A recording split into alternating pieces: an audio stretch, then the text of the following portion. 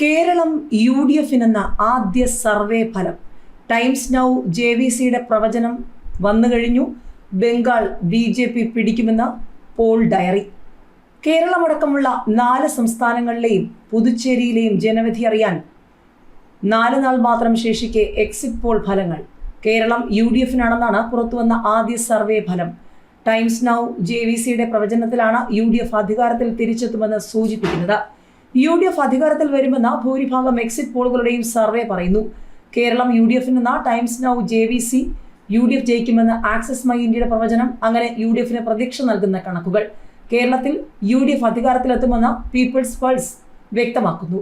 UDF വരുമെന്ന CNN Vote വൈബും PMarkഉം പുറത്തുവിട്ടു. UDFിന് 5% മുൻതൂക്കമുണ്ടെന്നും സർവേ ഫലങ്ങൾ. BJPക്ക് 4 സീറ്റ് വരെ പ്രവചിച്ചിരിക്കുകയാണ് PMark. ബംഗാൾ BJP പിടിക്കുമെന്നാണ് പോൾ ഡയറിയുടെ സർവേ ഫലം. LDF 52 മുതൽ 61 സീറ്റുകൾ, UDF 72 മുതൽ 84 സീറ്റുകൾ, NDA 3 മുതൽ 4 സീറ്റുകൾ നേടുമെന്നും ടൈംസ് നൗ JVC പുറത്തുവിട്ട സർവേ ഫലങ്ങൾ പറയുന്നു. ആക്സിസ് മൈ ഇന്ത്യയുടെ സർവേ ഫലങ്ങളിൽ LDF 49 മുതൽ 62 സീറ്റുകൾ വരെ, അതായത് 39%, UDF 72 മുതൽ 80 സീറ്റുകൾ 44%, NDA 3 സീറ്റുകൾ 14% നേടുമെന്നും പറയുന്നു. എന്നാൽ LDF 60 മുതൽ 65 സീറ്റുകൾ, UDF 70 മുതൽ 75 സീറ്റുകൾ, NDA 3 മുതൽ 5 സീറ്റുകൾ നേടുമെന്നാണ് മാട്രിക്സ് പറയുന്നത്. LDF 58 മുതൽ 68 സീറ്റുകൾ, UDF 70 മുതൽ 80 സീറ്റുകൾ, NDA 0 മുതൽ 4 സീറ്റുകൾ നേടുമെന്നാണ് വോട്ട് വൈബിന്റെ സർവേ ഫലം വ്യക്തമാക്കുന്നത്. അതേസമയം എക്സിറ്റ് പോൾ ഫലങ്ങൾ പ്രതീക്ഷയോടെയാണ് മുന്നണികൾ നോക്കിക്കാണുന്നത്. നേരിയ ഭൂരിപക്ഷമായാലും കേരളത്തിൽ ഭരണ തുടർച്ച ഉറപ്പെന്നാണ് LDF വ്യക്തമാക്കുന്നത്.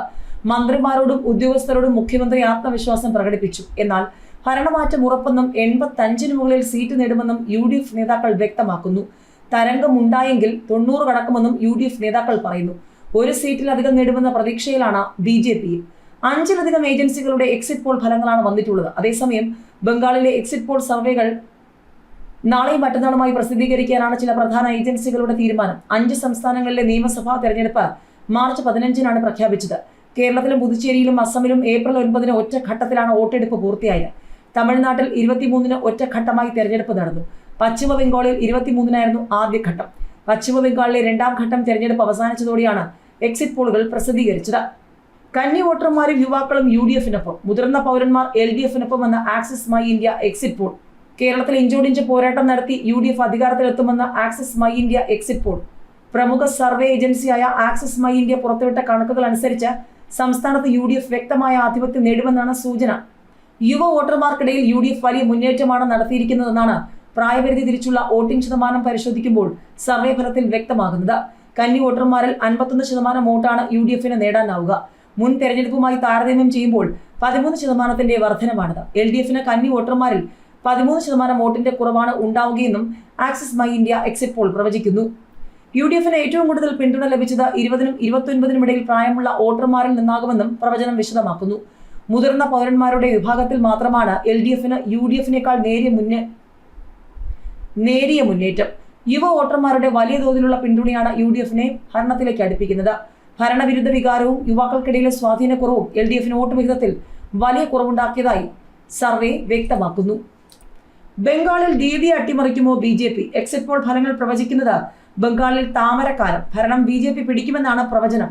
ബംഗാളിൽ ഭരണകക്ഷിയായ തൃണമൂൽ കോൺഗ്രസിനെ അട്ടിമറിച്ച് BJP നയിക്കുന്ന NDA അധികാരം പിടിച്ചെടുക്കുമെന്ന വിവിധ ഏജൻസികളുടെ എക്സിറ്റ് പോൾ. തെരഞ്ഞെടുപ്പ് കാലത്തടക്കം ഏറെ രാഷ്ട്രീയ കോളിളങ്ങൾക്കും കോടതി നടപടികൾക്കും വേദിയായ പശ്ചിമ ബംഗാളിൽ മമതാ ബാനർജിയുടെ തുടർച്ചയായ ഭരണം അവസാനിപ്പിച്ച് NDA സഖ്യം വലിയ മുന്നേറ്റം ഉണ്ടാക്കുമെന്നാണ് സൂചനകൾ. മാധ്യമ ചർച്ചകളിലും ദേശീയ രാഷ്ട്രീയത്തിലും വലിയ ശ്രദ്ധ നേടിയ സംസ്ഥാനത്ത് പ്രമുഖ ഏജൻസികൾ നടത്തിയ എക്സിറ്റ് പോളുകൾ ഭരണമാറ്റം തന്നെയാണ് പ്രവചിക്കുന്നത്.